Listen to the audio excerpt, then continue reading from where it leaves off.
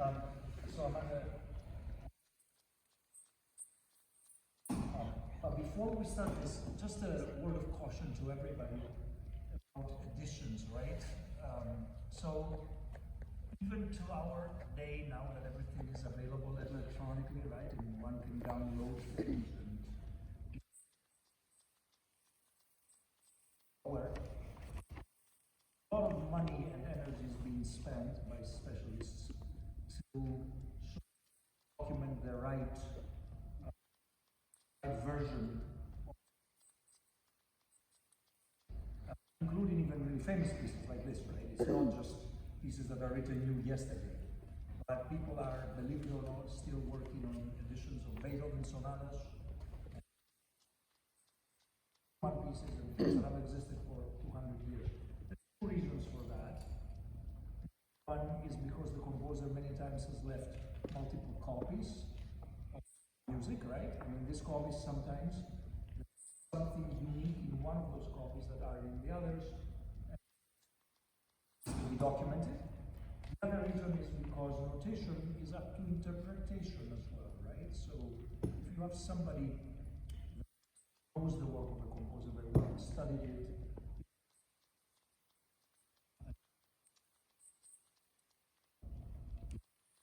starting to get a sense, is starting to get under the skin of the composer's aesthetics. Sometimes they're invited to put on their own thoughts about it. So more and more we see really famous people.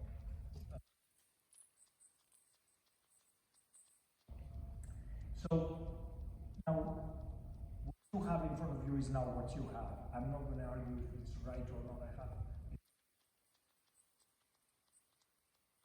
Just that you can do just comparative reading just to see if some of those hairpins are correct.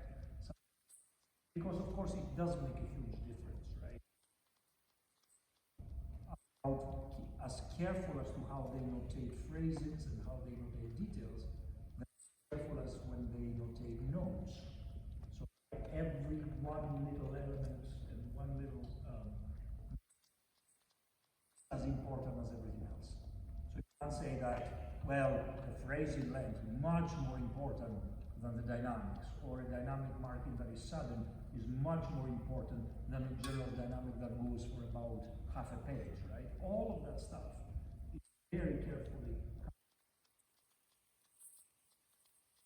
So it is important to be as close to what those composers thought as possible, especially the ones that have passed, because a living composer, you can go there and say, well, what do you think? And they'll answer. But the ones that aren't with us anymore, we can't very well call them, or at least not yet.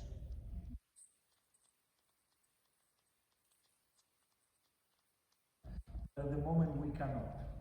So, with that in mind, we call this with a grain of salt, right? Because I don't know. We'd have to know what the ideal edition is before we could.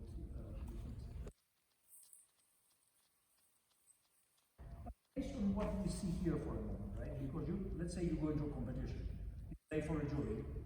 The jury cannot say to you, well, Amanda, there's this new edition that just came in yesterday. How come you didn't look at that? You're like, I'm sorry, this is the edition I have, this is what I'm playing. Right? So with that in mind, if we were just to go with what we see in front of us, a little bit, what you're looking for in this piece, what sort of character, what sort of fluency, what sort of, is it a very fragmented piece? Is it a piece that has seamless continuity? What are you trying to affect here?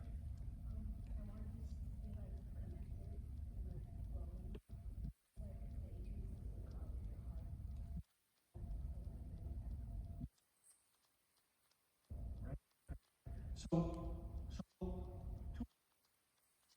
one is doing like a little bit of a very sort of treatment of the inner notes. That's the sort of thing, right? I think instinctively it's a very good thing to do. I think how much one does is always the magic, right? The proportion. So I'm thinking, depending on how you layer this, greatly climactic at moments and so on,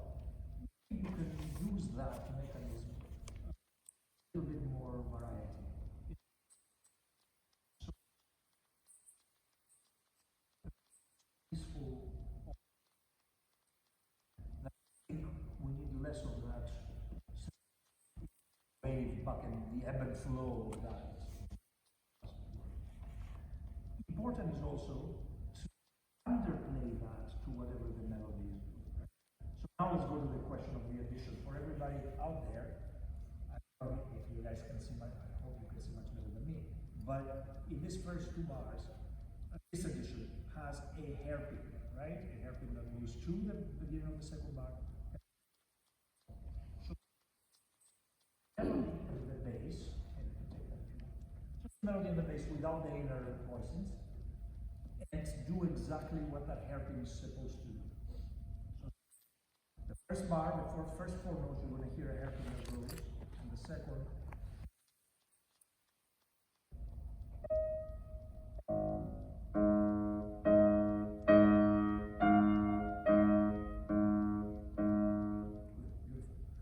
That was beautifully done. Does it mean anything else when it's reciprocal? Does it mean any sense of duet or any sense of time at all?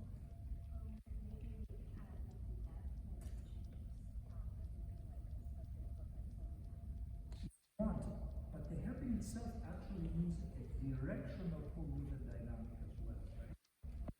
More of right.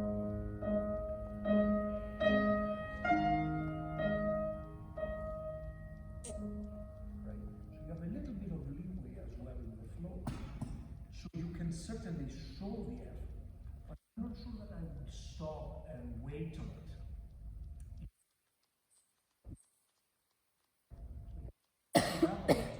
And then you reaching, you're not going to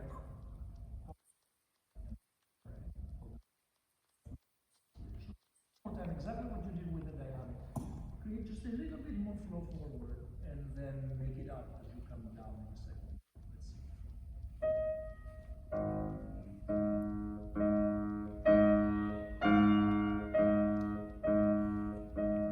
Much better. After you went there, after it's a little percussive. After you got to that note, this one dropped a little too much, I think. So out there, the guy that is sitting on seat number 899, it's gonna be like, what? Amanda, I can't hear it. Right?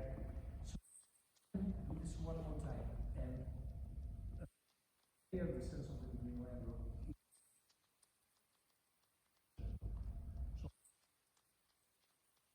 So you're up here.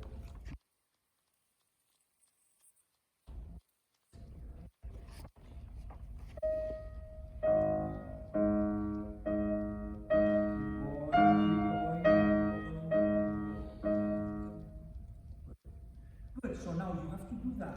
If you follow this addition, you have to do some sort of that. Now, what we're doing here, we can say about this. I would exaggerate. I would never run that much, and I would never slow much, right? Proportions are always up to each individual pianist, right? Depending on how you feel on the day even, but also what your temperament is generally. You could be somebody that is very tidy or somebody that is really nutty. Right? Doesn't matter. There's an audience out there for anybody. Be true to who you are, what's your sort of style, right?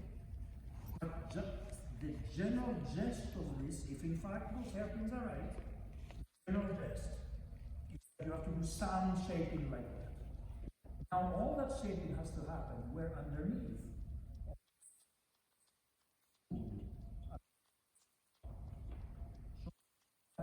and see if you can layer some of the flow of the short notes equally to cooperate with the top.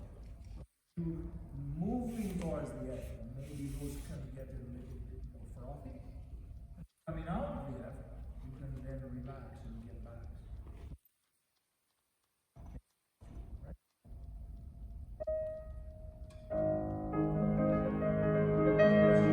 Even after the first,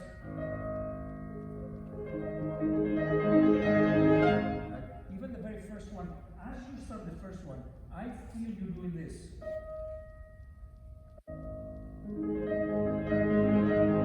It's like stop, move. Is there any ways that you can lean into the etude? Out of an absolute other world.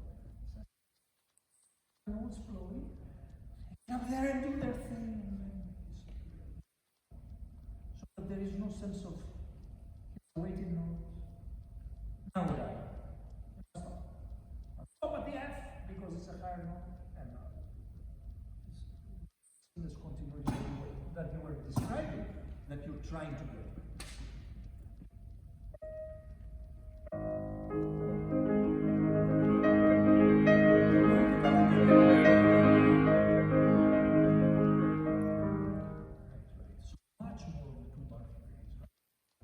Again, I don't know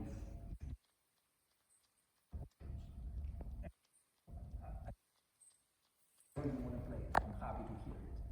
But some sense of that. Because we do have a few minutes. The other thing we were discussing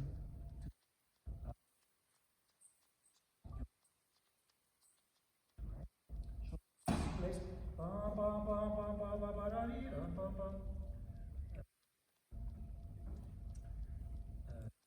let's see.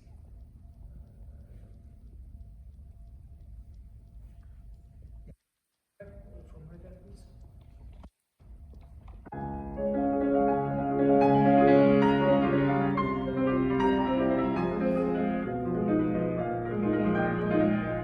Keep on.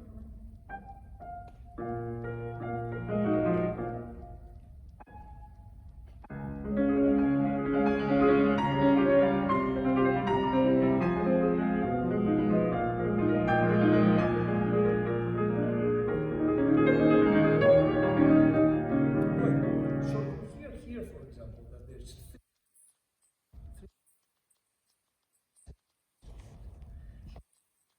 that bass is very specifically placed. What we lose is that shifting sound. Later on, there is many more examples that it becomes much more important as well. But effectively, what happens is that every now and then you go and park yourself in one of the bases, and you're like, yeah, it's the same bass.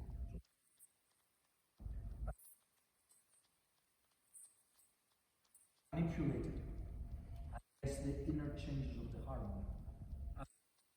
So what happens is we feel that the piece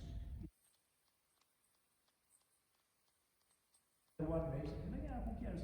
Some of the inner voices are changing. You're not going to hear them anyway. You're going to get to the next big bass, right? And that's going to also help a little bit.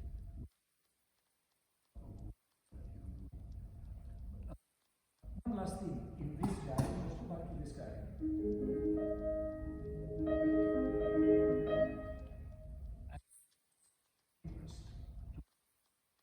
Bass and top note followed by as soft as possible at the beginning. So you have a separation from these two. See how much clarity you build into the melody note. If you play the melody note and you immediately out there all you hear is loudness and density. Right? So that once and all of the dynamic after each. Like almost unmusically, like you're trying now not to be something.